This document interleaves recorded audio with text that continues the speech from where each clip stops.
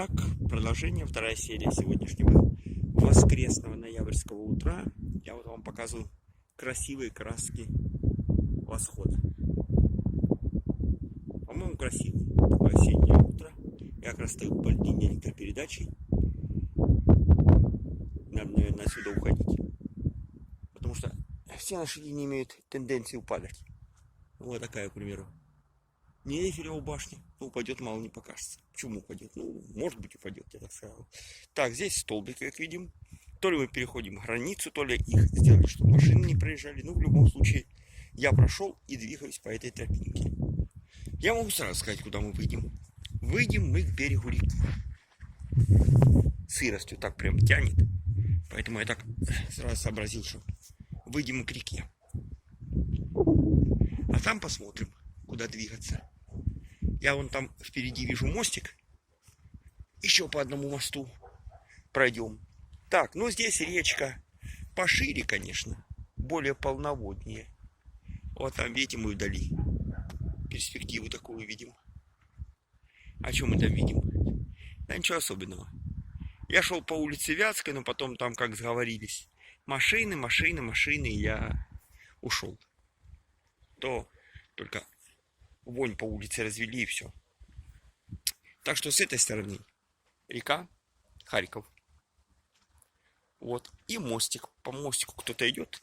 Но к тому времени, когда мы подойдем, там уже, я думаю, никто идти не будет. По мосту, я думаю, мы перейдем на другую сторону. Ну, там посмотрим. По крайней мере, еще перспективу с моста я сниму. Я просто маршрут еще не наметил. То ли будем мы переходить, то ли не будем. Вон у кого-то, смотрите, может быть, отсюда видно. Топит, и вон такой дымок с трубы идет. А вообще перспектива здесь красивая.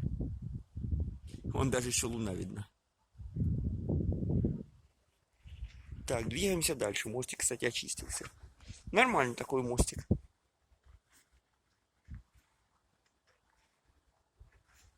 Не скажу, что я здесь вообще никогда не бывал, но я здесь бывал давновато. Вон там под мостиком какое-то движение. То ли утки там, то ли еще что-то. Интересно, как они живут, чем они здесь питаются. Ну, какой-то там движнячок я видел под мостом. Не могло мне это привидеться. Да, вон, видите? Да, возможно, вы видите. Ну, я же говорю, что там есть. Ну, вход на мост довольно-таки приличный. Вот тут было дерево, вросшее прямо, его спилили. Ну, ступеньки тоже нормальные. Если не придираться, то нормальные. Могли бы, конечно, к ним и железки сделать, но, судя по всему, эти железки в свое время кто-то повыдирал. Ну, ясно, на металл сдать. Да, установить не хватило сил. Или желания. Ну, мост, я скажу, хороший. Дыр нет. Нормальный асфальт. То есть, к такому мосту у меня, честно сказать, претензий нет. Претензии к реке. Потому что в реку он сливается какая-то гадость. Это ясно видно. Ну и сама река, конечно, вон там. Вместе с тем узеньким местом. Знаете, что она мне напоминает? Если бы не чистота воды, то она мне напоминает Кондрат. Что такое Кондратка? Ну, кто читал рассказ Юрия Коваля, повесть «Самая легкая лодка в мире», тот поймет. Так, а чтобы сориентироваться, вот я вам показываю. На горизонте, вон, видите, башня. Это не что иное, да, как тот самый учебный комплекс ХПИ. Вы уже угадали, да? Молодцы. Так, а вот здесь вы тоже угадали, что это такое. Это не что иное, как метромост. Вот к этому метромосту, пожалуй, стоит пройти. Так, вот я еще. В свое время я снимал видео. Еще раз. Что-то так меня потянуло.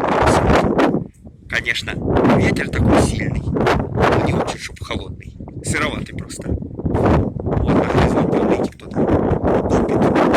Труба такая здоровенная. Я утром еще хотел снять красивую трубу на дрожжевом заводе, но темно было, и там машины ездили, в общем, там бы не получилось. Вот еще панорама. Разок. Издалека. Вторая серия заканчивается, но третью я планирую продолжить у метромоста.